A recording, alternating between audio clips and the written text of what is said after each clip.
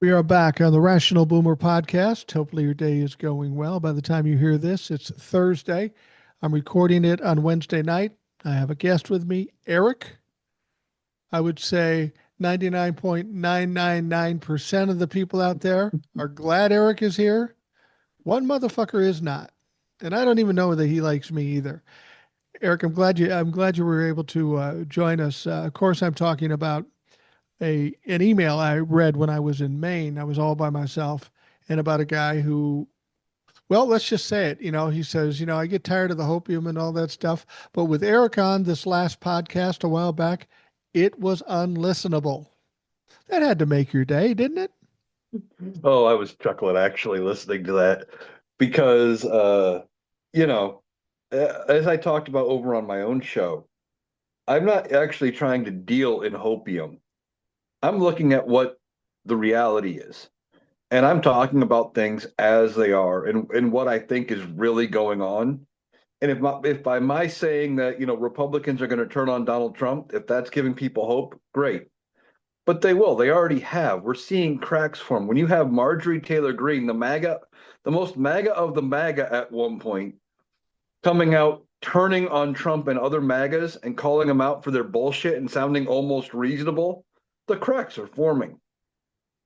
And they're going to have to, if they want to get reelected, they're going to have to dump Donald Trump at some point, or they're going to get their asses kicked in the next two elections and have to rebrand away from Donald Trump and spend several years, rehabbing their image. It's one of the two things.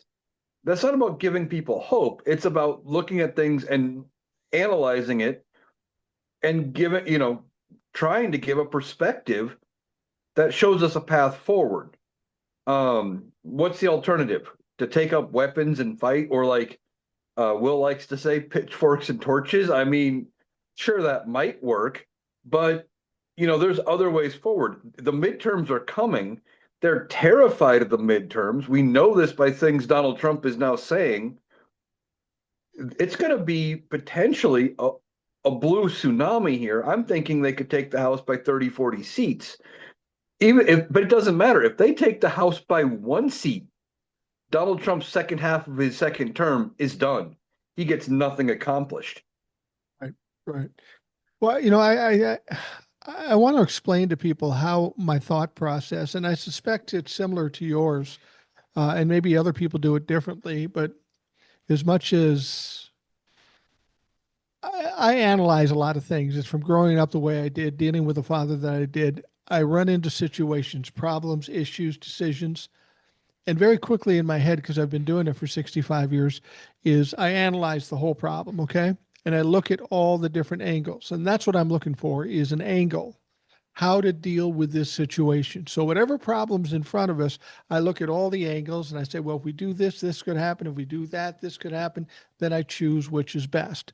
Now, I'm just a guy, so I don't necessarily always pick the best decisions. I'm picking the one that seems to be the best at the time when I'm saying it. Never did I claim that I'd always be right, and I'm certainly not always right. But that attitude is kind of a fight attitude, meaning you're going to engage no matter what. You're just trying to find the best option. When somebody comes along and says, well, that's never going to happen and this isn't going to happen, that strikes me as fucking pouting. It hasn't turned out the way I wanted to, so fuck it. It's just going to be terrible and go ahead and be terrible. And frankly, that is a personality trait that I always saw in my father as a narcissist. If you caught him in something, if you said, if he said something that was wrong and I called him out on it, he would say, all right, fuck it then. I just won't talk about anything. I won't talk about anything. That's the attitude that a narcissist has. You've always got to be looking at what's ahead of you. And if you're an adult, a parent, a grandparent, a brother or sister, there are other people that are counting on you. You got to figure out a way to get through it, no matter what the fuck it is. No matter what the fuck it is. So you better be of a calm mind, looking at all the angles and make the best choice you can. Now, if somebody out there has a problem with it, fuck you. I don't care. I've been doing this 65 years. I ain't stopping it now. And I sense that's kind of the same approach you take. Yeah, I mean, when I talk about what potentially could happen with Republicans, about how they could implode and maybe, if the economy takes a shit, and which it already is starting to. If things get bad enough under Donald Trump, they could lose control of Congress and Washington, D.C. for 20 years. I'm Yeah. not basing that on nothing. I'm not saying, oh, well, I'm hopeful that that's going to happen. I look to history. I look to what has happened before. You Right. have the biggest economic problem in US history, which was the Great Depression. And they fucked around, Republicans did. And unfortunately, it was the only president ever elected from my own state, Herbert Hoover. Didn't do a damn thing to fix it. Said it's the economy, the market will fix itself. And pretty much, and he fucked around with tariffs too. But they didn't do anything. Then if you look at the next 20 years after that, you had Democrats, with the exception of one 2 year term where they lost, I think it was only the House of Representatives, uh, where Democrats had complete control of Washington, D.C. for 20 years. Yeah. You fucked the economy over bad enough, you can turn a generation against an entire political party for 20 years. It's possible. Now, maybe the most probable outcome, I don't know.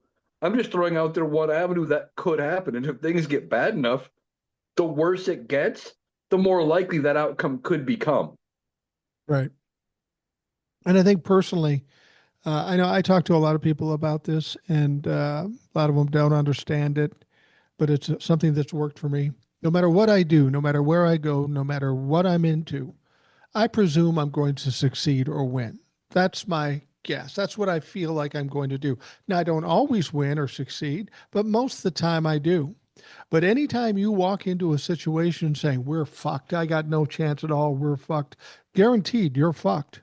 So if you want to take that tact, and if that's how you approach things, well, you fuck up a lot in life. I guarantee you do. It's about your attitude, about your confidence, and you got to push forward. So I brought the only reason I brought that up is because he named you specifically, and some people came to your support in the comments, and they'd say, "Well, you shouldn't have even read that. That would make Eric feel bad." I go, "Yeah, probably not make him feel bad." I mean, with people on the Republican side or even people like this, there's a certain amount of joy in this because I got in their fucking heads and did something to piss them off. And people have to understand, at least with me, I'm guessing with you too, my hobby, I don't have many hobbies, but pissing people off is something I've done all of my life. And I find it kind of fun to be able to do that. It's not really a hobby, but I will say I tend to do it from time to time. Biggest thing is if they don't like me, fine, whatever. You don't like what I'm saying, fine, whatever. I'm still going to keep doing it because, as you said, think this is what the way I should be going forward. This is how I look at things. I'm not going to change my viewpoint.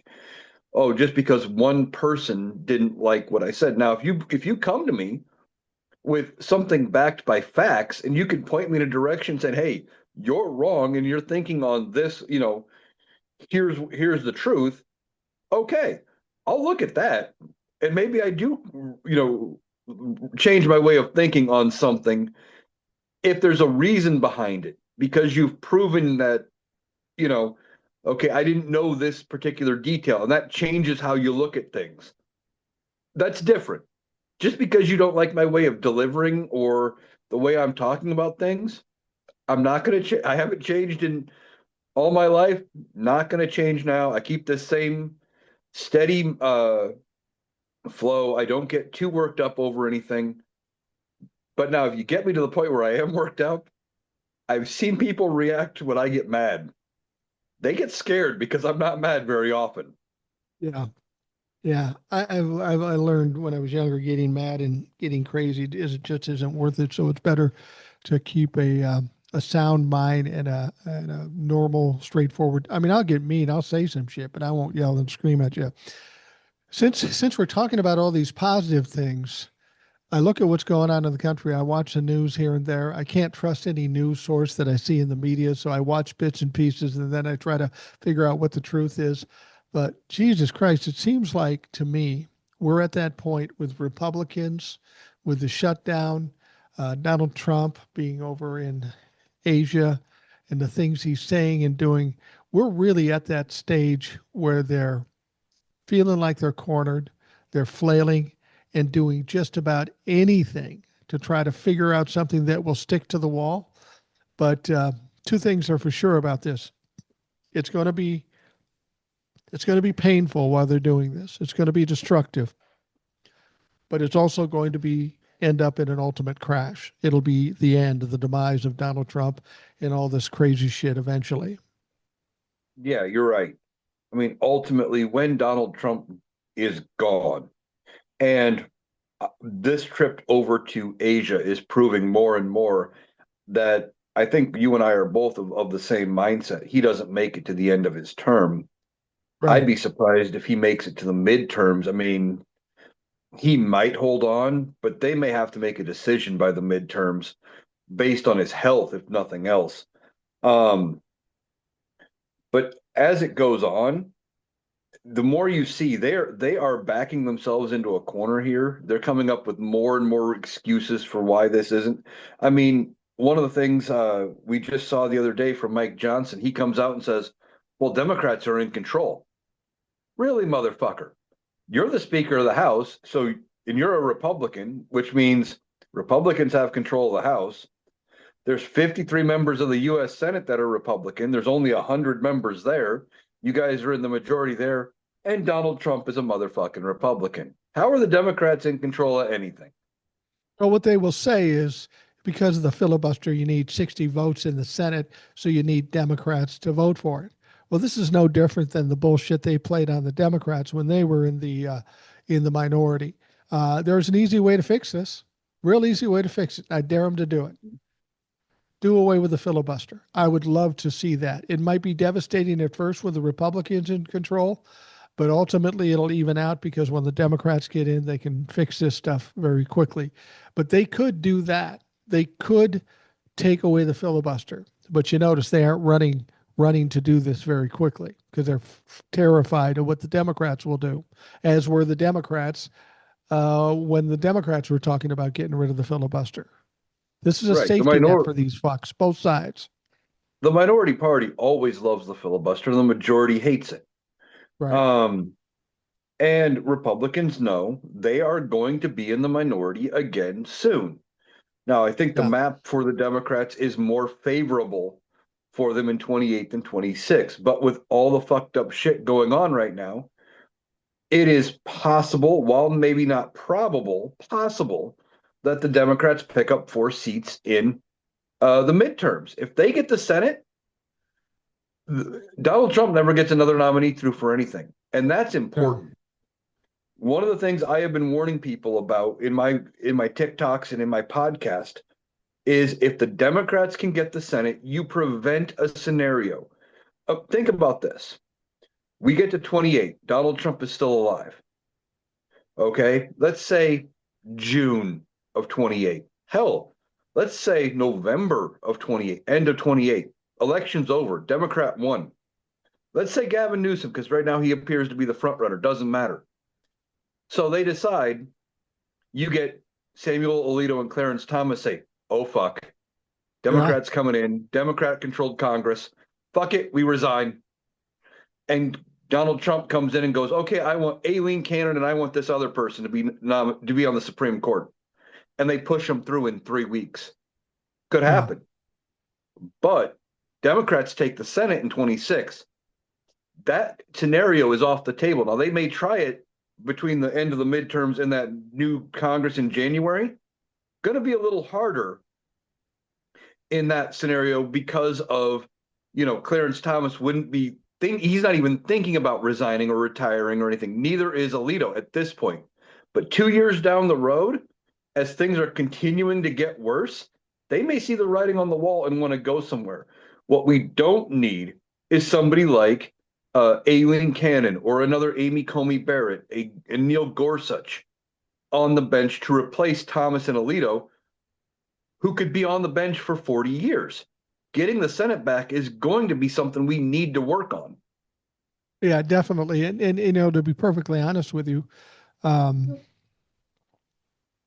if the Democrats win the House and the Democrats win the Senate and everything's going south as it's continuing to do right now, getting him impeached and getting him kicked out may not be that hard. There may be some Republicans ready to jump on board and kick that motherfucker to the curb because he ain't helping them. He just lost them the House and the Senate, and things are going badly. The economy, it may not be that hard to impeach him after the 26 midterms. Exactly, as we've talked about before. Um, you get rid of Donald Trump, that would give you 2 years potentially, or a year, whatever date that would happen, to where you could set JD Vance up for an extended run as president, where he would still be eligible for 2 terms of his own. Right. This would be assuming after the midterms, after the new Congress is sworn in, um, that they can turn around and say, okay, well, we need to give JD Vance another term. You got to give him a chance, but put us back in control of Congress because he couldn't get anything done. He couldn't try to do anything as president because those evil Democrats wouldn't pass any of his priorities. They would have a narrative where Republicans would be on board with setting up JD Vance potentially. Now JD Vance isn't very well liked, and he's slightly smarter than Donald Trump, which isn't saying a lot. But he's not as charismatic. He doesn't have MAGA in his back pocket. There's a lot of problems with JD Vance, and they're going to need to set up a narrative where they think they could maybe convince independents to give JD Vance an actual chance. Right. And, you got to understand with putting J.D. Vance in as president, that's akin to an NFL team who has a starter that's had some success. He gets hurt or dies or whatever. And now they got to bring in this journeyman uh, backup quarterback who isn't really any good, doesn't have the presence that the quarterback does. It could be a horseshit year, it could be an average year, but things get a little easier to handle from both sides if Donald Trump's not in the mix. Donald Trump is the wild card. He's loud. He's obnoxious. He's has diminishing cognitive abilities, and he just goes off and does fucking crazy shit. At least with JD Vance, he won't have the charisma or the clout. He won't have the pull over Congress. And I think at that point, with the way the economy and everything is going, he'll just be looking to survive at this point because he's got Yeah, something to fight for. He's got a potential election coming up.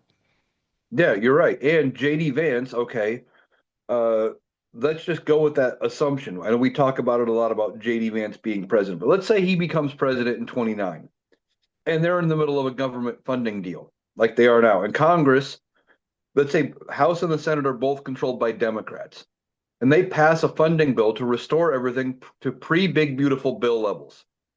JD Vance may sign it. He very Oh, well could sign it, seeing the writing on the wall going, you know what, that'll make me look good if I sign it. He's not going to throw a temper tantrum and say, well, I didn't get my priorities. I'm just not going to sign it. He's not going to get embarrassed by something and then decide to tear down the West Wing of the White House like Donald Trump did. There's going to be so many things that are an improvement just by having JD Vance there. Not that he is a better person or that he is even somebody I would want to be president. It's just because of how bad Donald Trump is, how impaired he is, how much like a toddler he is, etc. That anything would be better than Donald Trump at this point. well, and the thing is, I think people need to understand what really is the priority of a politician. A lot of people think they have their strategies, they have their policies, they have their platforms, and they want to do what's best for the country. I will guarantee you there isn't a single politician on the Republican side and maybe just a few on the Democratic side don't give a fuck what it does to the people or the country. The only consideration they have when they make a decision to do something is it good for me? Does it get me reelected? And when JD gets in, assuming that happens, and everything's fallen apart, and Donald Trump is exposed for the bullshit he is by even the dumbest people in this country, he's going to need to redeem himself. He's got a long way to redeem himself. The Republicans are going to want to redeem themselves. He's going to choose whatever most advantageous to him to get support and ultimately reelected. It won't have anything to do with what Project 2025 is done. See, that's the other thing you got to understand. People think we're getting buried by Project 2025, and they are doing a lot of the things that Project 2025 has done. But when this all fails, the last thing anybody's going to want to talk about is Project 2025. It was a failure going into the midterms. It may be a failure going into 2028. They're going to want to separate themselves from that whole thing because it didn't fucking work. Right. And one thing we've talked about before with JD Vance is JD Vance, unlike Donald Trump, knows, at least from what, for as much as we joke about him being a complete dumb fuck and doing things with couches and all of that, he's at least smart enough from the interviews that I've seen where if somebody tells him something, he's going to listen. He may not Right. agree with you, but he will take advice. He will take advice. He will listen to things, and he won't automatically assume he's the smartest person in the room. But then you got Donald Trump. He's got ranchers telling him, "You're killing our industry here. We need to do. You need to do this or that to help us. We need help. You're killing us." And he goes, "Well, I'm going to bring in Argentina beef." And they go, "That's not helping our industry. That's hurting us even more." And he goes, "Well, I know more about ranching than you do." Donald Trump is the smartest person in the room, according to Donald Trump. He knows more about everything than anybody else, according to Donald Trump. And he's trying to tell ranchers and farmers that he knows more about their industry than he ever has. And this is a man, I guarantee you, has never once stepped foot on a farm and done a No. day's worth of chores.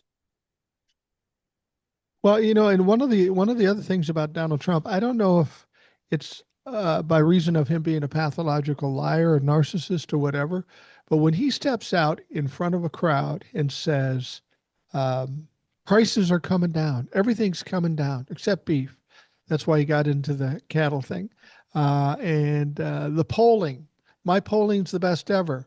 Wait, no, it's not. Oh, that's all fake news.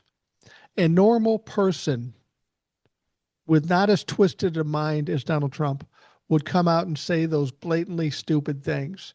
But he has no problem with it. I don't think JD Vance would even be stupid enough to do that. But, we've got gaslighting going on every day that Donald Trump speaks up. Some people are buying into it, most people aren't, and more people are seeing the problem with Donald Trump. He's gaslighting. I wanted to, when we get to 2026, if the Democrats take the House and the Senate, that's going to cause problems for the Republicans. They're not going to have confidence in Donald Trump or the whole MAGA thing anymore. That's when they're going to move away from it. But we've got some elections coming up next week. The governor of Virginia, governor of New Jersey, and the mayor of New York City, maybe some others as well. Now, in each one of those, the Democrats are supposed to win probably. Um, but it's really critical as to how much they win by. If these are big wins by Democrats in each of those situations, does that have an impact on the perception of Republicans and how they're feeling about Donald Trump? Is that enough of a red flag to get them to be gone? Well, wait a fucking minute. It may, if the conversations aren't happening behind closed doors now, they'll be starting then. Okay. I think those conversations are already happening behind closed doors. That they're worried. I think now again, I've got nothing more to go on here than knowing how politicians think from what we've seen of how they operate over the years. And maybe I'm giving them a little too much credit, but what I would do if I was in their situation, and I would have been having those closed doors meetings since the day Donald Trump took the oath of office. Absolutely. Maybe not daily, maybe not even weekly, but occasionally at least discussing, okay, we know this guy's fucked up. We know he's got issues. How far do we go to protect him? How far do we stick with him? And I think those conversations are absolutely happening. They may come out publicly and act like everything is fine and they believe that they have 100% confidence in Donald Trump. But I don't think behind closed doors, look at what happened to Speaker Johnson when he got caught on that hot mic, Yeah. where she said he's not well. And he comes back with, well, there are people just like that on your side. He didn't say, Yeah. no, he's perfectly healthy. He didn't say, no, Donald Trump is as fit as a fiddle. He just said, well, there's people not well on your side too. So that just tells you they're having those conversations, I think, in private. And it's all strategy. Politicians only care about their own power. That's why you have, some of these politicians who are ridiculously old, not giving up the levers of power. So it makes me believe that when Donald Trump costs them the midterms, they're going to be willing to move on. And that may come even quicker, especially with all of the things that were just exposed with this Asia trip, with how bad his health really is.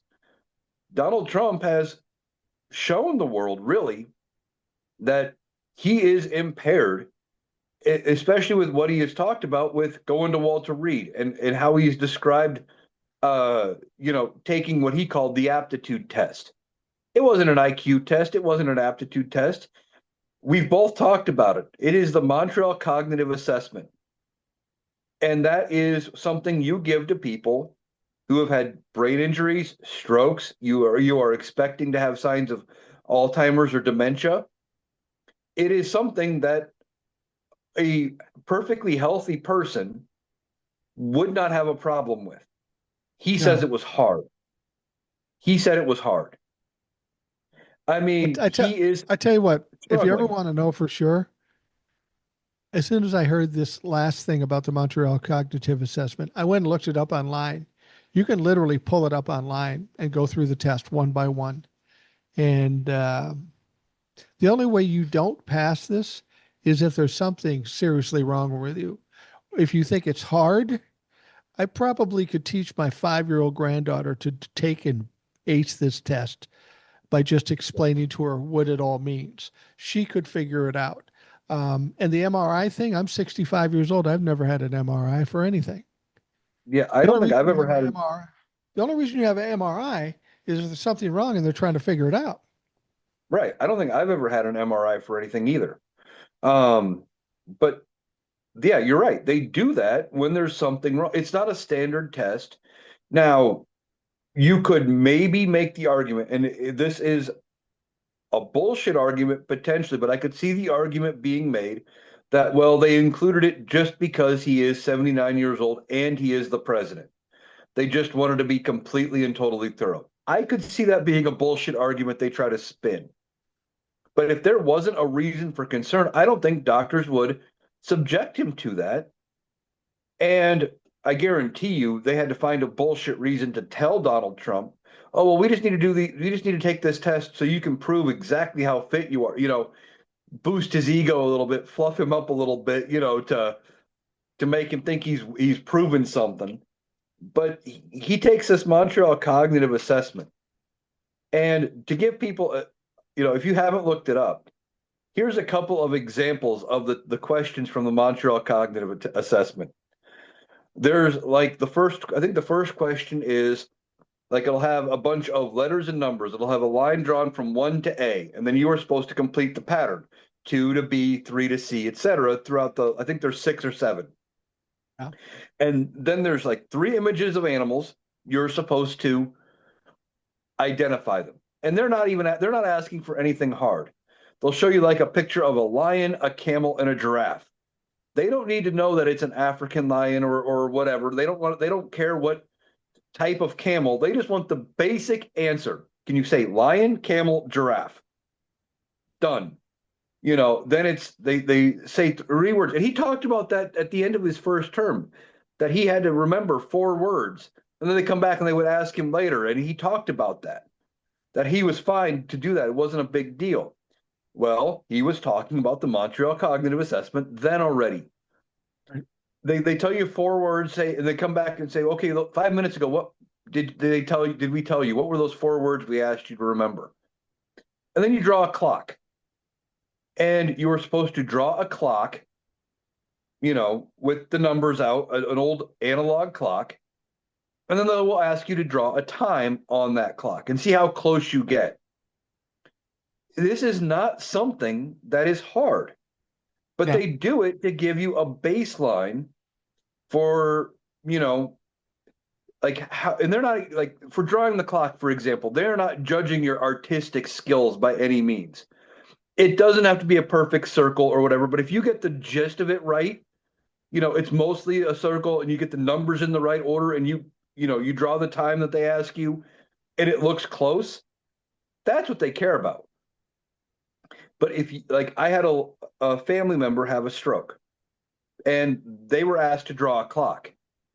Well, by the time they were done, if you start where 12 is, they had all of the numbers done by the time they got to 6. The other half was blank. And they kind of drew a time, but it wasn't right.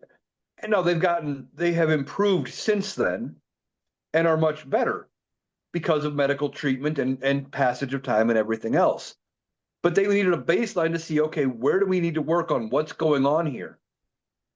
So for Donald Trump to come out and say this was tough, this was hard, tells me he is diminished. And if they're telling him, "Oh, you aced it, you did a good job," that's what you would tell somebody who is suffering from dementia, who maybe had a stroke. You tell them that, regardless of how good or bad they did, because you don't want them to freak out about their condition. You don't want to make a bad situation worse.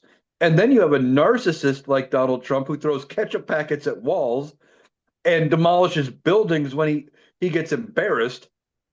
Of course, you're going to tell him he did a great job, no matter how poorly he did. There, the whole thing about the MRI, makes me wonder how this happened. E. Jean Carroll came out with a book after she took him for 90 to $100 million. She got the money too. Make no mistake, it was put in escrow. She got the money after it went through the process. She's got the money. But in the book, she was writing about when they were in court. And she looked at Donald Trump while he was in there. He said he was constantly moving. He was grumbling. He was snorting. He was doing all that stuff. And of course, she added that he didn't smell real good either. Here's my point. I've never had an MRI, but what I know about MRIs, they put you in this tube for a fairly long period of time where you have to be perfectly still. How did ADHD Donnie pull that fucking off without passing gas, moving around, bitching, screaming, yelling? I can't imagine them putting him in like a tube like this for 10, 15 minutes. I don't know how the hell he would have been able to do it. That's a good question. They might have had to sedate him. Maybe not like a powerful sedative, but just enough to, you know, calm him the fuck down to get him to stay still. But, I think part of him grunting and doing what he was doing in court with E. Jean Carroll, though, was him trying to intimidate the judge and intimidate her and, just do Yeah. what he's always done and bully his way through to get a victory, and it didn't work. But Donald Trump takes this MRI and we find out about it. But we wouldn't have known a damn thing if he didn't open his damn mouth. Exactly Donald right. Trump, This is what he always does. If he shut his mouth, nobody would have never known and it wouldn't be a big issue. But Donald Trump can't help but telling on himself. exactly. He tells on himself more than anybody else. But then, we're talking about this Asia trip. He said that on his way to Asia, I believe. He Yeah. gets out in Japan, I think it was, and or was it Malaysia? One of the two or both. He's going very slow and steady, walking down the stairs. He's got a death grip on the railing, Yeah. like he's got an issue with stability and mobility. Well, I saw an interview where he was talking about that, and then he said he was told by doctors to take it slower and take it to get some extra help going down the stairs, probably so he doesn't fall. Okay. He's got mobility problems. Then there was a video out. I don't know if you saw it. It looks like he is dragging his right foot Yeah. as he's walking, and he's favoring his left side, and he's more like dragging his foot along. And Again, I doesn't know his people who, when his face droops too, it's his right side too, right? yes, which would mean he had a stroke that would have affected the left side of his brain because it crisscrosses. Left side controls the right side, left side of the brain controls the right side of the body, vice versa.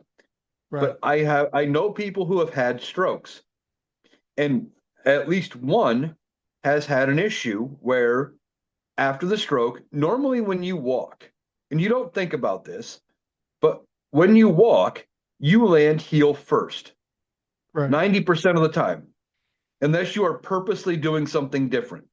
because your heel is designed to take the impact of you stepping and landing, and then you roll off to the ball of your foot.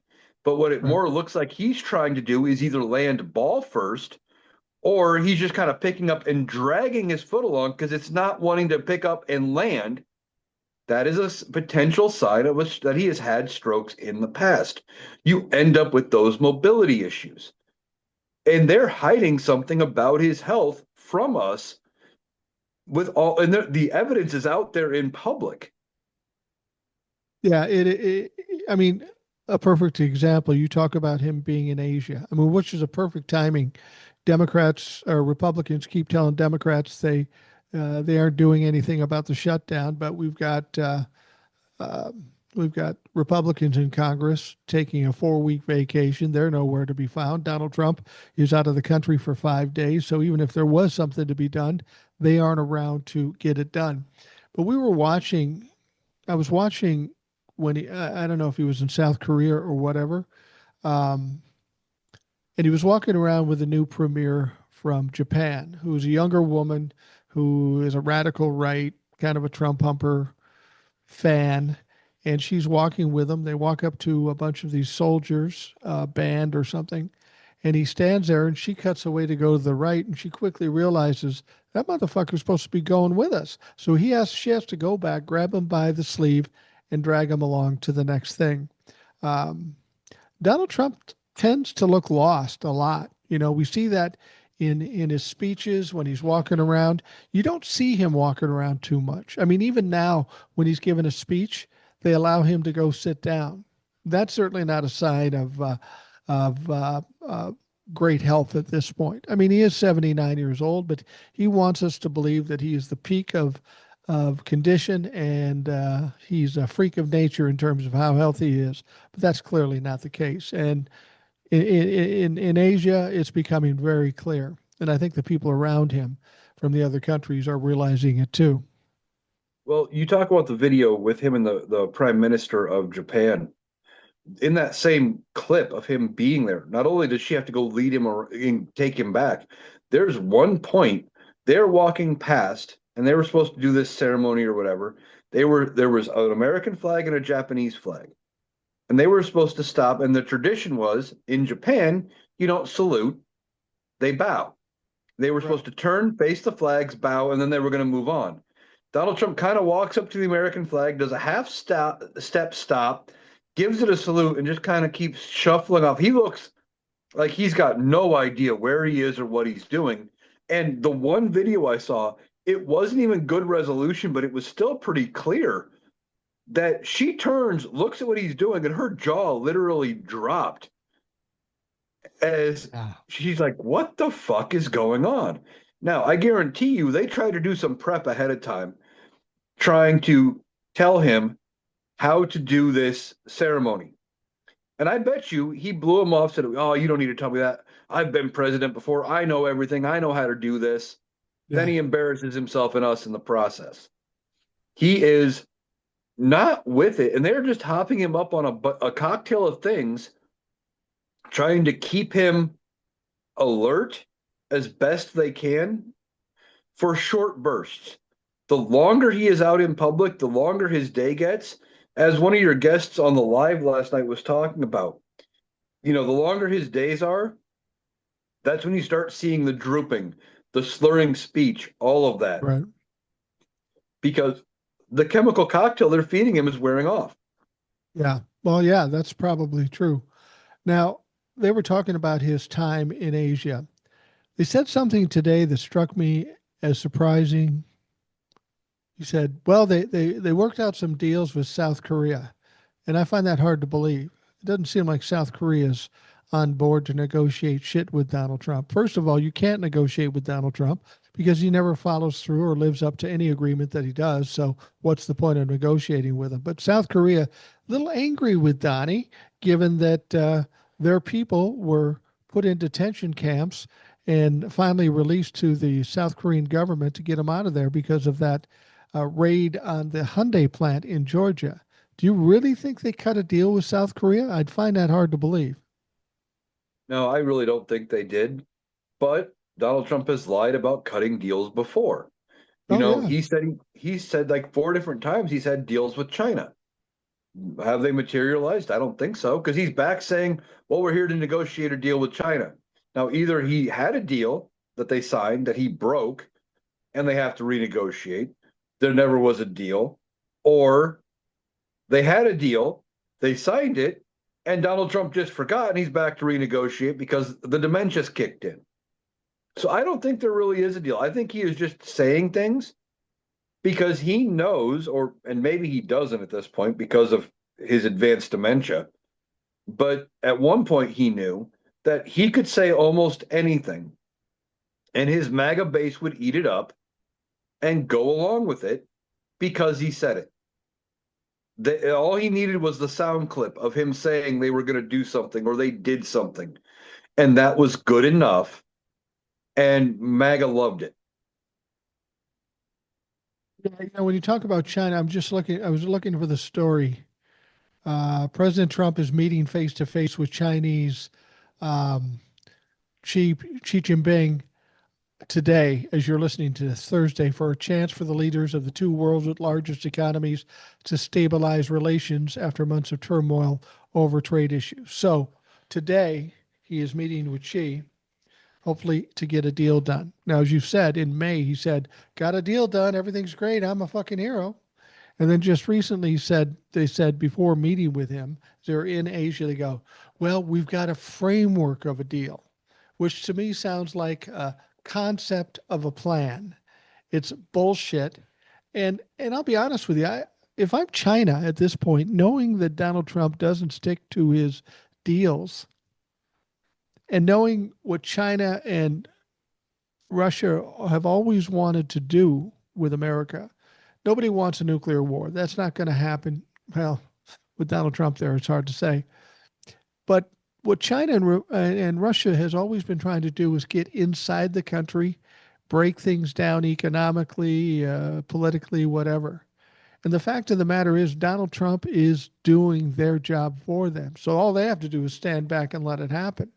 Now, granted, tariffs and all that stuff are detrimental to the U.S., but also to China and Canada and the like. But why would China want to cut a deal with them? It's already painful. We're already feeling the pains. Wouldn't it be better for China to just stand back and say, fuck yourself? Let's see how this plays out. Let's see who lasts longer. And China would presumably think they could last longer in this situation and destroy the country internally in the United States. They could go that route, or they could go the other route, and they cut a deal. Because you look at some of the things with Donald Trump. A while back, he said he had a deal with Japan. Now, supposedly, he's there to negotiate a deal with Japan, or was going to. But if I remember right, the deal for Japan was no tariffs on anything from the United States to Japan, but 15% from anything coming from Japan to the United States. So, by virtue of signing the deal, Japan got the better end of the deal. We pay 15% more for everything coming in. Yeah. And they fuck over our economy. China could get the same kind of a deal. And why would Donald Trump ever agree to that? Because he's a dumb fuck who doesn't know how tariffs work. He constantly says tariffs are paid for by the other country. He legitimately believes that if he puts 157% tariff on China, that all that money from that tariff is coming from the Chinese government into the US Treasury. Not that it's being paid by US importers or anything like that, and that it's not being paid by American citizens. That's what he believes. Reality is, when there's a tariff, say Walmart brings something in from China and it's 157% tariff. When it hits the dock, Walmart has to pay that 157% tariff. And you think they're going to eat that out of the goodness of their heart? No. No. All corporate No. cares about is making money. So that gets added to the shelf cost and it goes in and we pay it. So I could very well see them signing deals with Donald Trump, especially if, he agrees to tariffs from China or Japan or South Korea or wherever on goods going from them to us with no tariff from us to them. It hurts the American economy. helps their economy, and it makes Donald Trump look like a dumbass in the process. Yeah, one of the things I'm sure Donald Trump wants to do, he's just now realizing that nobody is buying soybeans from the farmers and they're struggling because of it. If Donald Trump did even cut a deal with China to buy soybeans again, which I don't think he has the ability to do, it's too late for this year, right? Those You deals have would think. already been done or are in the process of being done. Why would you switch in midstream unless they were ridiculously low? And if they're ridiculously low, the farmers still fucking lose money. So he's caught in a position where he can't win. The farmers can't win unless he can come out with some kind of bailout. He kept talking about a bailout. He says they're going to get the bailout. They haven't gotten a bailout yet. This is what the farmers have to realize. He makes a lot of promises. He doesn't come through with all the promises. If you're excited and waiting for that bailout, you may never see that motherfucker. Yeah, exactly. When it comes to the soybean deal, supposedly in that framework, they talked about a guarantee of um, money for soybeans, that they were going to guarantee to purchase soybeans. And I think the number I saw was like $12 billion in soybeans. Sounds like a large number. And it's great by comparison to the zero that are being bought right now. But I'm pretty sure last year that number was $20 billion. Right, right. Well, and So, that's the thing you have to understand too. He slowly depleted that soybean market. Soybeans being sold in his first term were going pretty good. Then he fucked it up. They got the bailout. Joe Biden got back in, and we started selling soybeans to China again, but only half as much as what we were before. So that's what's going to happen again. Even if Donald Trump can fix something and bail them out, the next set of soybeans that we're going to buy in the future are going to be even less than this past time. So it's costing the farmers money regardless. right. I mean, and that's what Donald Trump does with a lot of these things. Like he brought out this a while back, and I hadn't even it didn't even make major headlines. But he cuts USAID, and he that part made major headlines that he wanted to get rid of the foreign aid that we were doing. Then he brings out this idea for America First Aid or something like that, where it's effectively we still do foreign aid, but it's supposed to be bought from Americans, and we make sure we make the money on it, which was already the thing under USAID. But the amount they're spending is like a third of what USAID was. So he fucked over the original plan, brings back the new plan, or brings out a new plan, which is the original plan with a new name, at a Right. fraction of the value, and then say, see, look what I'm doing. I'm so great. Same thing with the soybeans. He comes out and now supposedly they're only going to buy $12 billion if that deal even goes through. And it may not. It may not go till next year. Even if it's a year delay on it, it's still devastating to the farmers and still no bailout. Um, there could have been an easy way to do this, not fuck around with tariffs and let the farmers continue to grow the way they were growing. But Donald Trump can't do that. He's got to stick his nose into everything and take credit for things. But all he does is fuck up. He creates problems, then he tries to fix them. He fixes them half ass and then claims a victory. Now, this shutdown, the way it's going right now, we're seeing the Democrats holding strong. We're seeing the Republicans saying the Democrats are wrong for this. I've seen people come out and said, well, the Democrats are stopping this. People have to understand, okay, the snap is going to stop on November 1 if the government isn't open. Now, the Democrats could bend a knee and we get snapback. But the trade off there is then tens of millions of people are either going to be priced out of health care or just completely drop from health care. That's not a fair trade. You don't say one disaster just to put yourself in another disaster. And that's why the Democrats can't bend a knee in this situation. I'm sure there's plenty of Republicans that would be ready because they understand those healthcare issues are going to affect their constituents too. The only problem here is these pussy ass bitches are being held back from Donald Trump because either Donald Trump doesn't understand or doesn't care. Yeah, I think that's a big part of it. Now, on the SNAP benefits, Josh Hawley, the Republican senator from Missouri, and he's all around a piece of shit, but that's another story. for the second Yeah. time now, has tried to reverse course on something they're trying to do. And the first time it was on the Medicaid cuts. He tried to pass a bill afterwards saying, "Oh shit, we cut too much money from Medicaid. Yeah. Let's change those cuts and make it not so severe because it's going to be bad." Okay. Well, he turns around then, and now he's introduced a bill to do SNAP benefits and keep them funded. 10 Republican senators have signed off on this bill, and Democrats are in favor of it. So what could they do? They could pass that. And Democrats would, there'd be money for SNAP. Well, presuming the House of Representatives would come back and vote for it, but Mike Johnson being the pussy ass bitch that he is, maybe he wouldn't.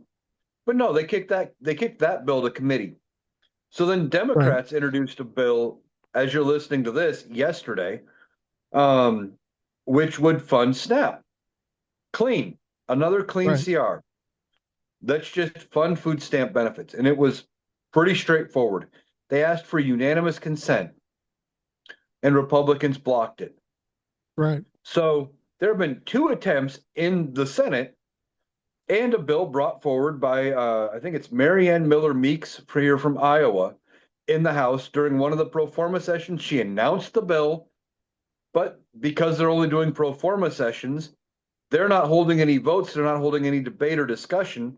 There's a bill in the House to do the same thing, but no discussion, no debate or anything on it. There's movement by the Republicans to fund it, but the other members of the Republican Party are the ones blocking it. Well, So when SNAP doesn't hit, the Republicans aren't even in the House. They're fucking gone. They right, couldn't do it if they wanted to. right, but they can apparently during these pro forma sessions, they can at least make announcements like, "Hey, I'm going to be introducing this bill," or, whenever we come back, we're going to discuss this or that, and that's what she did. But Mike Johnson's keeping the House of Representatives out, so they're not holding debate, they're not holding discussions on it, nothing like that. But Democrats are trying to fund SNAP in the Senate.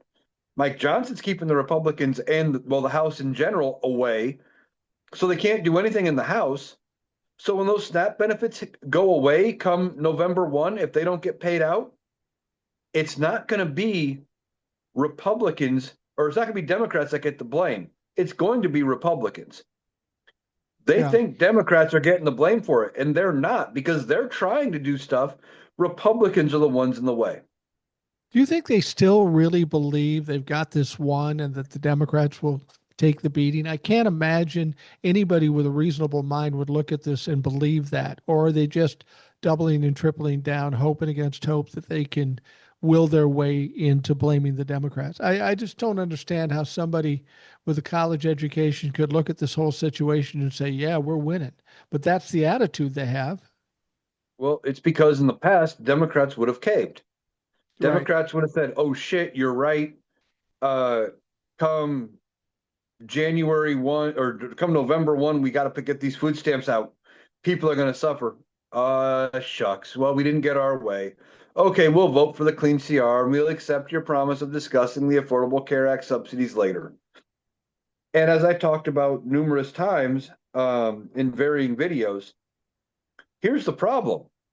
Republicans did that once already this year in March. They Yeah. passed a clean CR to fund the government with promises of we'll talk about it later. Well, Right. later's here. And what are they saying now? We'll talk about it later. Democrats are saying you pulled the, as you like to say, they're like Lucy with the football. You pulled the football away. We're not falling for it again. And then on top of it, you add in the one big beautiful bill that cut a bunch of government funding for a bunch of programs like Medicaid and food stamps, et cetera. And people go and Democrats go, why? Why would we trust you? So Yeah. here's what we want. And I think as Republicans start to cave, there is a greater than zero chance that Democrats start to say, okay, well, now that we're actually negotiating and you're giving in, hey, how about how about you give us back 25 or 50% of the money you cut from food stamps to Right. make up for the fact that, you were going to let people go hungry. It'd make you go, and they could even spin it. that, well, it'll make you guys look like the winners here because you're giving them some of it back. And they may get them to fall in line. But the first thing has to happen is Republicans have to negotiate. Well, that's been the failing of the Democratic Party. For all intents and purposes, Republicans are bullies. There's only one way to beat a bully, that's stand up to them and be stronger than they are. For 10 years, the Democrats have got sucked into the same old thing. You know, they want something, they're strongly for something, and then they create some problem for the constituents, and they cause Democrats to feel guilty. Oh, we can't do that, so we'll just give in this time. Schumer's big on that. But this time they're not doing it. The thing that angers me about this, I think this will work. I think the Republicans will have to cave in because the Democrats won't. They really can't afford to cave in at this point. It would be disastrous for the Democrats to cave at this point. They really can't. But when this works, what would piss me off is the 10 years of giving in. And the one time you stand up to them, it works. Look at all the times you got fucked over because you didn't have the balls to do it. All that time and all that damage done because you didn't have the balls to stand up to the bully. Now they have no choice. And when it works, hopefully this will be epiphany for these fucks and everything will be a fight henceforth. Yeah, I hope so too. Um, and when it does work and the Republicans ultimately have to back down, I think some Democrats are going to be surprised that they actually did back down. I don't think I think some of them are expecting that, you know, this is going to fail and they may have to back down and do it like they used to. They wanted to play politics like the old rules, you know, and the old rules went out the window when Donald Trump got elected because he wasn't playing politics by any set of rules other than his own. And it took Democrats about 10 years to adapt to it. And now that things are changing, they're not changing with it fast enough. They're still trying to cling to that old style of mentality. Look at what they're doing in Maine. You got that, was it Graham Palantir, Yeah. who is running for the Senate seat. Now, instead of focusing on, hey, he's gaining some popularity, he's gaining some kind of momentum, and maybe we can get rid of Susan, oh, I'm so concerned Collins, because that's all she ever is. She's concerned, but never does anything on those concerns. Instead of focusing on it, what do? They run a primary challenger against him. What is she, 76, 77 years old? I can't even think of her name right now. And they try to undermine him with releasing all this past history stuff. And I'll be honest with you, some of the stuff about this guy, his name is Plantner. Somebody else complained about us calling him Plantner. It's Plantner. But you know, some of that stuff is a little troubling. Granted, he did it when he was younger, but if you're going to put up a candidate, you need to vet these motherfuckers. You don't need to find it. You need to find every little thing that could come out about him. The troubling thing about what happened with Plantner so far is that wasn't even the Republicans. That was the Democrats doing him. That was stepping on their own dick again. Yep. They do that. They do this all the time because suddenly he's gaining steam and he's not an establishment Democrat. He doesn't look the part of an establishment Democrat, and they haven't learned the lesson that we should be staring at Donald Trump on this Asia trip, going, okay, this is why we don't need old people in Congress. This is why we don't need old people in the presidency. And this is not trying to diminish anything that certain old people have done. But once you get over a certain age, you have fewer years ahead of you than you have behind you. That is everybody, no matter what walk of life you're in. There comes a point when you have fewer years ahead of you than you have behind you. Yep. And some of these fucks don't have very many left. My favorite punching bag, and you know who I'm going to mention, is Chuck Grassley. Yeah. The fucker's 92 years old. Realistically, how many more years does he have left on this earth? 10, if he didn't wake up 12? Tomorrow, nobody would be surprised because of his age. No, not at 92. I mean, he seems relatively healthy for the most part. For the most part, he does kind of seem with it. He says some dumb shit from time to time. He seems more with it than Donald Trump does in a lot of interviews. But he's still 92 years old. You wouldn't bat an eye too much if he didn't wake up tomorrow and they said, well, natural causes. Translation, old age. Nobody would bat an eye. But why is he still in the halls of Congress? Why is he still voting on shit? Because they want the levers of power and they won't give them up. Give you an idea how old Grassley is. I think he was born in 1933. Yes. He was born 7 years before both of my parents were born, and they're fucking dead. Both of them. One of the comments I like to use about Chuck Grassley, because it's true, he was born in 33. The first printing of the chocolate chip cookie recipe was in 1934. Everybody loves chocolate chip cookies. This motherfucker's older than the chocolate chip cookie. I mean, he lived through the Depression. Okay.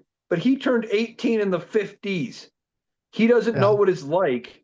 It's been 70 years, 60 years plus, or what? No. Oh, God. Math is failing me right now. He's 92. So he turned 18. What? What would that be? Well, that would be 74 years ago? 51, 1951, if he was born in 51, 33. okay. So that'd be 70 plus years ago. The world is vastly different for an 18-year-old in today's time, in 2025. Yeah. There were no school shootings in the time Chuck Grassley went to school. Didn't happen. No. There were, the internet wasn't a thing. Computers weren't a thing. Cell phones weren't a thing. The world is vastly different. And while he has done somewhat of a good job of adapting, it seems like, the simple fact of the matter is we need younger people in Congress to make some of these decisions because they're more close at hand to the people they're going to be affecting by the decisions they make. Because they're coming out of it. When Chuck Grassley was able to buy his first house, you could do that working anywhere on a 40-hour-a-week salary. And you could support 4 people on that salary and live comfortably. Now you almost got to work 3 jobs, and you can support one person and a dog if you're lucky. Speaking as somebody with a 1 person and a dog family right now. Exactly. Yeah. These SNAP benefits things, I'm wondering, a week ago, I would have said that the Republicans will bend and chicken out, as they tend to do, on the last minute of the last day before we hit November 1st. As you're listening to this now, it's October 30th. That makes it 2 days before that deadline. I don't think they're going to make that because nobody's in fucking town. Donald Trump's not even in town. So presumably we'll go past that November 1st date. What happens when we hit November 1st and people start freaking out? Part of me is thinking that the Republicans need to have a push to go against Donald Trump. And when things start crashing around them and things start getting really bad, they're going to not really have an option anymore. They're going to have to push back against Donald Trump. Is that what it's going to take? Some disaster like SNAP and healthcare and all this stuff before the Republicans say, all right, fucking enough. I can't stick with Donald Trump on this. Is that maybe what they're trying to do? Get it to that point where it is disastrous so they have no choice but to step away from Donald Trump, and everybody will have to do it because you hate to be the first guy to do it because you're going to get ostracized. They might be going that route. That wouldn't surprise me at all if they chose to say, you know what, let's push it over the cliff. It'll get bad enough. The public outcry, then we've got cover for breaking with Donald Trump. Right. And honestly, with as bad as Donald Trump is, you could probably tell him, hey, Donnie, you need to sign this. It has all your wins. Democrats caved. And he may not know the difference. The other thing is, Now they come out, they try to say Joe Biden signed a bunch of stuff with the auto pen. Now presidents have been using the auto pen for 20 years. And this is a situation where the auto pen would be something they would use. Okay, Right. let's say Congress passes a funding bill in the next 2 days. Donald Trump's in Asia. He can't sign it. So what do? They they tell him, okay, sign it with the auto pen, but with Donald Trump's permission. We know he's not going to read it anyway. They could lie to him about what's in the bill. He signs it, he gets the win, protects people's ability to have food, but I don't know if they pull it off. Well, the other thing is they keep complaining about the auto pen with Joe Biden. We don't know what really happened, but the fact of the matter is, isn't it law that the auto pen is legal and official given the circumstances? Because a president can't sign every possible thing that's coming through. I don't know if it's a law. I know the DOJ looked into it and they said as long as the president authorizes the use of it, Right. then it's fine. But what Republicans are trying to do is they're trying to say, well, Joe Biden was so cognitively unaware of what's going on that all of these things he did should be invalidated because they signed it with an auto pen. Now it is almost impossible to tell what is signed with an auto pen versus what is signed by hand, other than the fact that the auto pen traces an existing signature, so it would be a perfect signature. There would be no variation from one to the next. Whereas, even though no matter how much you try to get your signature exactly the same every time, there's Yeah. going to be something that happens. You may breathe slightly different and your hand jerks a little bit in one of the Right. letters. It's going to change from time to time. But it'd be almost impossible for them to distinguish what was auto pen and what wasn't. And where they failed to realize is we're seeing Donald Trump having active cognitive problems in real time. If Right. that is something they could do, almost everything in his administration this time around could be undone by saying if it was signed by an auto pen, well, he wasn't in his right mind. Well, let's think about that. We don't know that he's been in his right mind since he got elected, since he took office. He's done a lot of shift everything with executive orders. First of all, we know that when another president comes in, because they are executive orders, he can cancel them like that and most likely will. But if Donald Trump is out of the way, dead or whatever, uh, couldn't they be taking all these things to court? The whole tariff thing, everything he's ever done in executive order. If we find out Donald Trump is not cognitively normal, couldn't they go back and just undo every fucking thing he did? You would presume that to be the case. I think you might have grounds. See, here's the problem. It's never been done. Right. We're in new territory here because there is a guardrail put in place, the 25th Amendment, that is supposed to protect the president and the continuation of power, but it wasn't designed for somebody like Donald Trump. They assumed most people, if they got as bad as Donald Trump, wouldn't have the raging narcissist personality where, okay, they're getting bad, we will go around them and they will just kind of fade off into the sunset. But because of his narcissism and his personality and the cult following he has, they can't do that with Donald Trump. Right. And then, as far as undoing everything a previous president has done by saying, well, he was cognitively impaired, that has also never been done.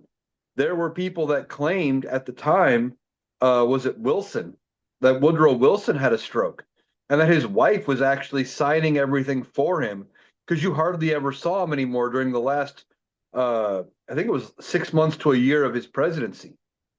That they think he was being propped up.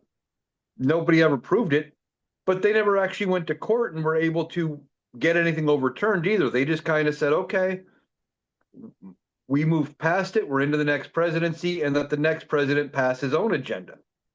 So I Yeah. don't know how that would handle. I heard a creator on TikTok talking about this, and I find it hard to believe. And another part of me doesn't find it that hard to believe. There's a realization coming in red states that SNAP, a lot of these people apparently thought SNAP benefits were just for black people, as if they were just specifically by race, which is absolutely ridiculous. There's other things like EBT and WIC and other names for this stuff. And now they're just starting to realize that, oh, fuck, this is going to affect me. And they're just totally oblivious about it. I looked at a map that showed the states that had the most SNAP recipients. Your state was one of them. I was kind of surprised by that. But Iowa gets a lot of SNAP benefits. And I'll just speak for myself based on having been there a number of times. You don't have a lot of black people in Iowa. It's a lot of No, white people that are getting those benefits, and they are going to shit themselves come November 1 when they aren't getting it anymore. right. Well, one of the problems with it, and you have, and I've seen creators on the right come out and say this, and they make these videos. Oh, I just saw somebody coming through paying with their food stamps and they got steaks and they've got this. How do you know? Some of Yeah. them still believe food stamps are still paper food stamps. Yeah. They haven't been paper food stamps since the early 2000s. Some states Right. since the late 90s. It's a card, Um, right? it's a card, just like your debit card. Now, the unless unless the person checking out specifically says what they're using, you know, or the other way, I know some stores will do it is you run your card, it pays for all the things that are eligible. And then if you have anything that's not, you would have a remaining balance and you'd have to run a separate payment method. Now, maybe Yeah. that's how they know who is using food stamps. I don't know. But the simple fact of the matter is, for the most part, they don't know who is using food stamps. And one of the reasons they went to a card, well, it's twofold. One, it doesn't embarrass people anymore Right. because the old system, you had to have paper books that had your name on them. They were little paper stamps that the store had to deal with. They had to validate them. They had to turn them in. They had to send them into the government to get paid. It was a whole process. It took them a while to get their money. This is immediate. The other thing is one of the old problems with food stamps, and I know some stores locally that used to put in things that they made store rules, and they may have gotten in trouble federally if this came out to be a thing, but where a mom with several kids would send in their kids in each to buy like one banana or something with $1 food stamp, And pay get for the 10 cash. cent banana, and get 90 cents physical change back. And then they would bring in a handful of change after all their kids had gone through. Their kids got their banana, and she comes in with $3 or $4 and change and would get a pack of smokes. Right. Or, and I say dads did it too. I don't want to make it sound like it was just the moms, but either way, the parent would come through and then do that. Well, then they curbed that by going to the card. But a lot of these people in red states don't realize it's the same thing, or they don't realize that, well, they get EBT or they get SNAP benefits. Okay, they think that is a different entire program than food stamps. So when they say, well, your food stamp money's getting cut, they go, oh, well, I'm on SNAP. I'm not on that. It's the same thing with Obamacare and the Affordable Care Act. It's Right. the same damn law, but they want to get rid of Obamacare. They love the Affordable Care Act and want to keep it. And then if the Republicans get their way and it goes away, they're going to look around going, what the fuck just happened? I wanted to get rid of Obamacare, not the Affordable Care Act.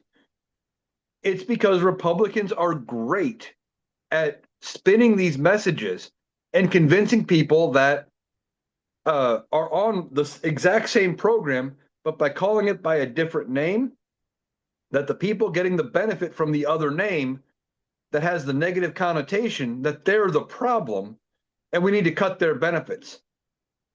Well, and the thing about it is, though, what I don't understand is that it's one thing to spin it, to gaslight, whatever. No, it's not this, it's this. But when it comes down to it, when it comes to November 1st, those people who have been gaslit by the Republicans are going to realize in real time, hey, I don't have it anymore. So they're going to know that these people lied to them or misled them some way, and they're going to be suffering. And when it comes to not having food for your family, for your kids, you are going to be pissed.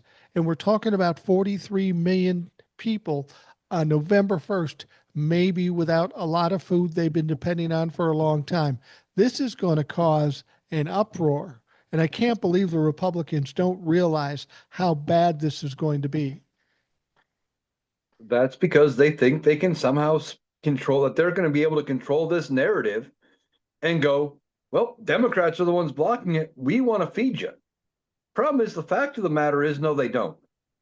If they actually wanted to feed people, there wouldn't be food stamp cuts in the one big beautiful bill. There wouldn't be bullshit work requirements put into the one big beautiful bill for people receiving food stamp money. They wouldn't have tried to cut money to food banks. Or like here in Iowa, we've talked about it before. Come January 1, and I know that's only 2 months away, and right now we're dealing with people not getting their food stamps, 2 days from now. But coming January 1, there's a whole list of things that you won't be able to buy under the food stamp or SNAP program.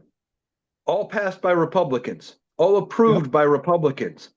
And yet they're going to want to try to blame the Democrats somehow. Their bullshit isn't going to work anymore because they've backed themselves into a corner. Well, and let's just say that we were just talking about a little bit ago. There is money set aside for just these circumstances, emergency situations, when there's a shutdown, and they have money to put into SNAP. Democrats had no say over that. Donald Trump and the Republicans have said, no, we're not using that emergency stuff. And they came up with some bullshit answer, which made no sense. They could easily transfer that money over and pay for SNAP for the next month. They are out and out choosing not to do it. I mean, let's be honest. If you can figure a way to transfer $20 billion to Argentina, you can get $8 or $9 billion to SNAP. They are choosing not to do it. Right. And there were bills in place or attempting to put bills in place that would have just straight funded it, and they wouldn't have had to fuck around with the emergency money. Right. But instead, that emergency fund is there for situations like this, or for situations where, hey, there's a natural disaster in your state.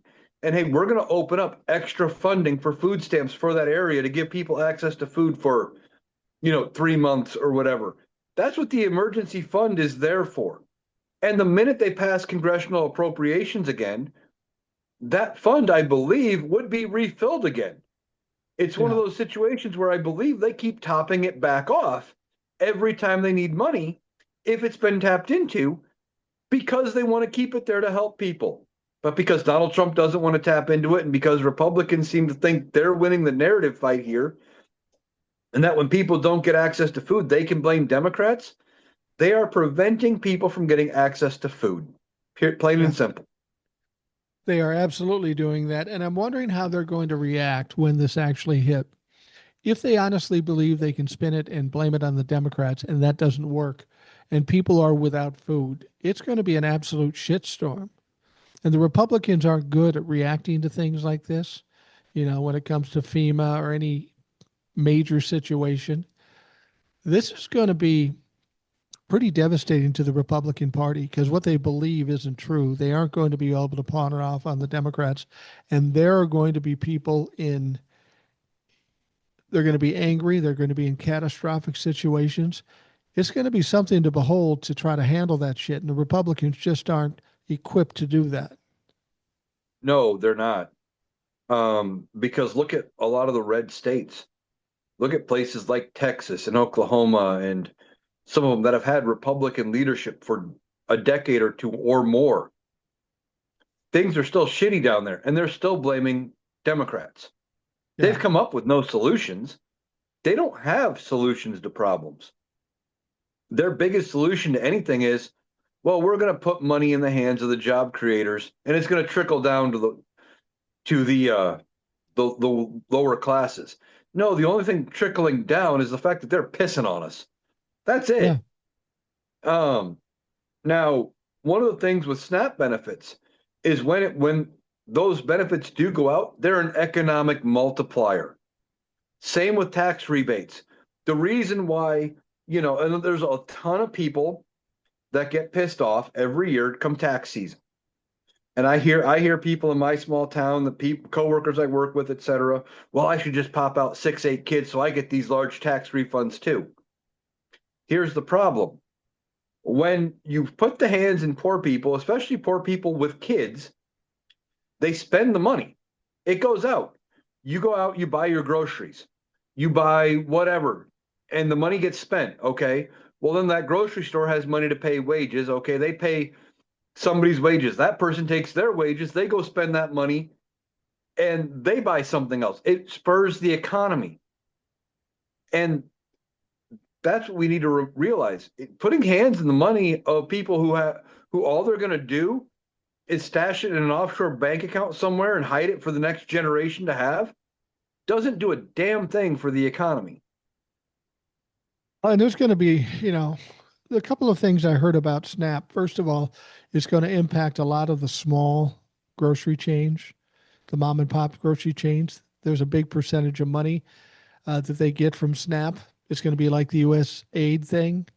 They're going to take away money from people they don't like, but it's going to fuck up the business world too. I heard something that 25% of all SNAP benefits are spent at Walmart. I don't know if that's true. It's possible, given how many Walmarts there are, and they have groceries and that sort of thing. If that's true, Walmart's going to take a motherfucker of a hit, and I bet they aren't going to like that. Well, I know I've lived in a couple different towns that have had multiple grocery stores and a Walmart. And typically, the reason Walmart, and to a lesser extent, if you have one or have one close by, Aldi, uh, get a lot of EBT and SNAP money spent there, is they're Yeah, typically cheaper. Now, why is right. Walmart cheaper than say a smaller grocery chain? Well, they buy in bulk, because they have so many more locations and they're saying, hey, I want to buy, instead of I'm going to buy a truckload of canned veggies from this supplier, we're going to buy 12. We're going to buy 50, whatever that number is. Yeah. So instead of getting them for one price, they get, a slightly cheaper price to them because they're buying so much to fund all their grocery stores.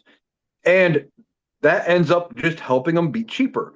So the reason Walmart gets a big chunk of EBT money is because it just goes farther.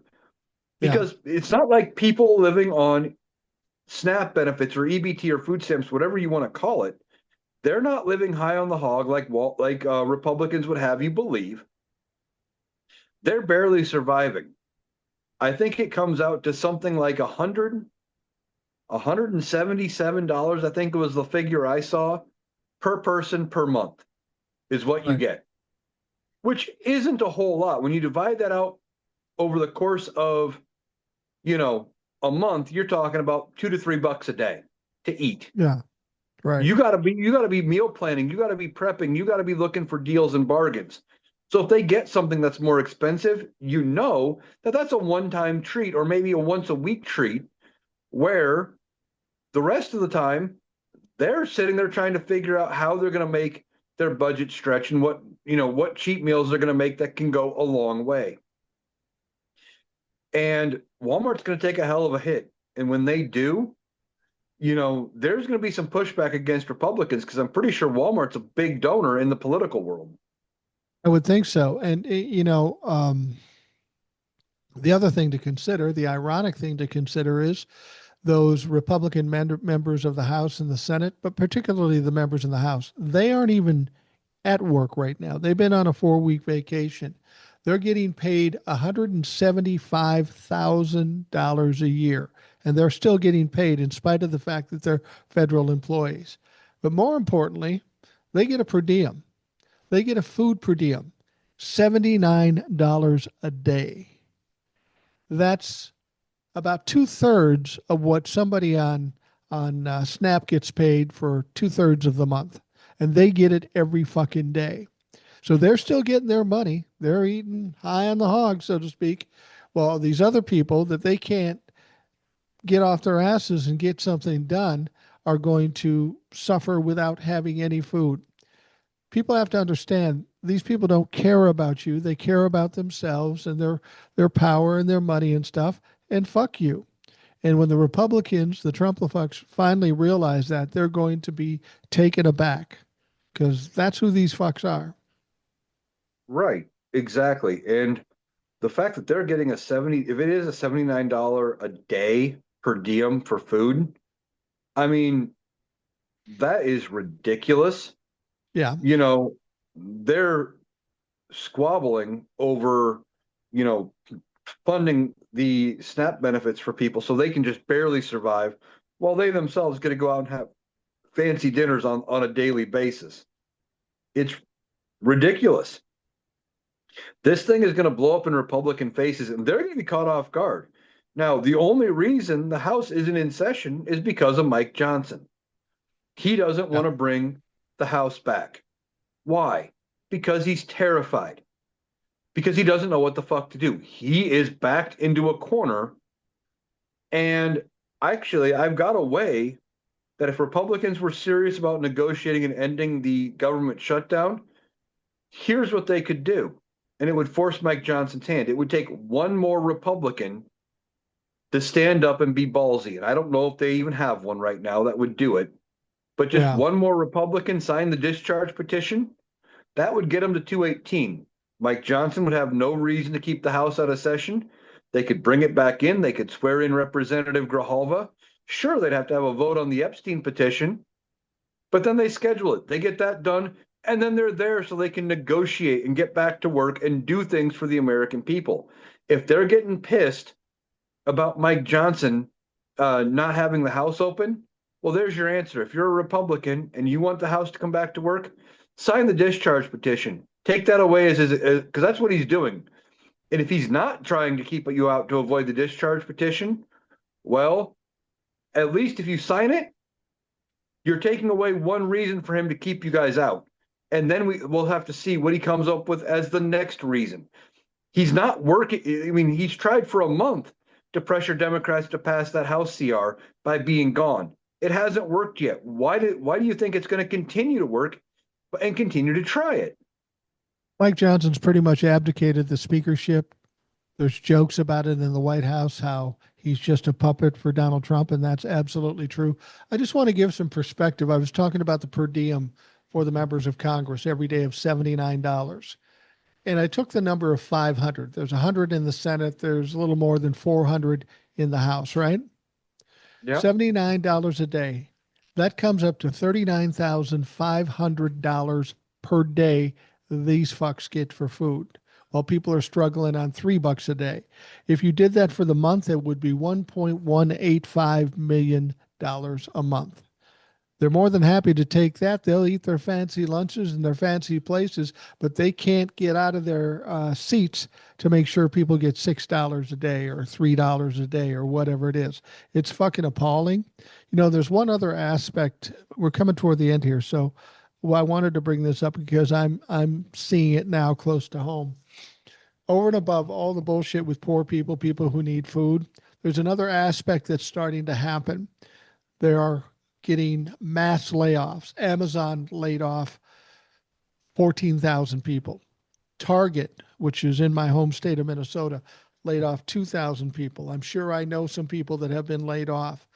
These layoffs are going to continue to multiply. There are going to be more and more corporations laying people off. So over and above the economy being bad, there's going to be a lot of people out of their jobs that would normally have been where they were for the next 10 years, if not for Donald Trump's fuck ups. Exactly. And, you know, we don't even know how bad the economic numbers are because Right. Donald Trump quit releasing the economic numbers. He fired the head of the Bureau of Labor and Statistics and put in, I'm not even sure what the dipshit's name is, but a loyalist who said, well, until we can guarantee we got the numbers under control and that we're putting out good numbers, we're just not going to put out any numbers.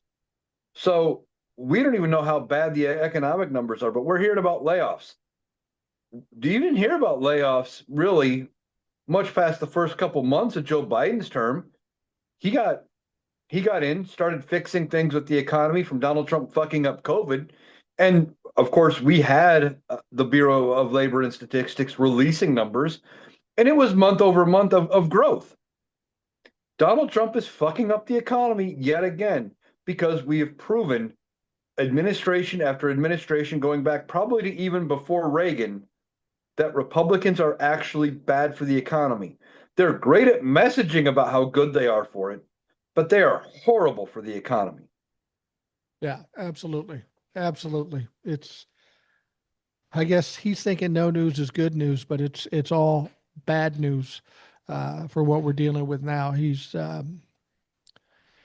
fucking it up, and he thinks if we just don't talk about it, it won't exist. But it's going to come all crashing down, and we're going to see layoffs. We're going to see bankruptcies. We're going to see all kinds of problems. At least he did get the Fed to bring down the interest rate another 0.25%. He had to fuck up the world to do it, but he's got the interest rate coming down.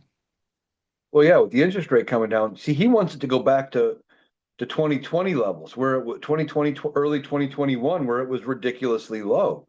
Here's the problem. It only ever gets that low when the economy is in the absolute fucking shitter. They Right. don't they don't put it low when things are booming. The whole idea of a low interest rate is to make it cheap to borrow, so people who are willing to borrow money and put some risk out there, the job creators, if you will, would do just that. If they have a little bit of money that they would go out, or if they have the ability to pay it back potentially, they go out, borrow money, start a business, do whatever, and they move things around to stimulate the economy. And then when the economy starts getting hot, well, they start raising the interest rate to offset it, to slow it down some, because otherwise, if it gets too far out of control, then you have a problem with mass inflation and, currency going less, having less value and all that, those kind of problems. Yeah, absolutely. Well, Eric, I'm going to wrap things up for the Rational Boomer podcast. We're at about that time. Thank you for coming on. Thank you for responding to the dipshit that wrote the email. I love that. He says, it was unlistenable. I don't like Eric. I didn't like what you do, but I love you and I listen every day. I don't know what to do with that. I've told people before, when you're listening to the show, you're more than welcome to do whatever you want. Send a note, send an email. It's funny. I gave out a phone number where people could text me on a tablet I have. Nobody's done it, so I'm not worrying about it at this point. I tell you what, I'll give out the number one more time, and then if nobody responds to it, I'm not going to push it any farther. Emails are tough because I get tons and tons of emails, and it's hard to keep track of them, and I'm a lazy bastard. So what I wanted to do was make it easier for everybody. And you can text me on a tablet. You can block the number if you want. I'm not calling you back anyway. But if you want to send me a text with a question, comment, some perspective or something, you can do that at 612-900-1057. 612-900-1057. If you have something, send it. I will read them on the air and we will talk about the shit. But as I've told people before, you can come at me all you want. I put myself out there. I do what I do, and I've been married for 42 years. I have 2 kids. I have a granddaughter and a grandson. I get my share of shit. So I've got thick skin. Feel free to do it. But when you start coming after the guests on my show, that's what pisses me off. Don't fucking do that. Don't don't even do that, because these people are coming on out of the goodness of their heart to talk about things that are important. And the audacity of somebody giving them shit for taking the time out of their day to do it is irritating, to say the least. Anyway, Eric, thank you for coming on. I appreciate it. Um, Hopefully, we won't get any emails this time, because if Well, I if get we do another get an email like email, that, you'll be on every day. well, that could be something. We might have to start just another podcast instead, the Rational Boomer and Analytical Iowan show or something like that. Yeah. But Why don't you tell people where they can find your podcast and where they can find you elsewhere? well, if you're looking for me, I am Analytical Iowan over on TikTok. And all of my TikToks end up on YouTube and Blue Sky, also Analytical Iowan there. And then I have done the Analytical Iowan podcast. Now, it is about an hour show every day since I launched it. And most days I do try to have it up by mid-morning at the latest.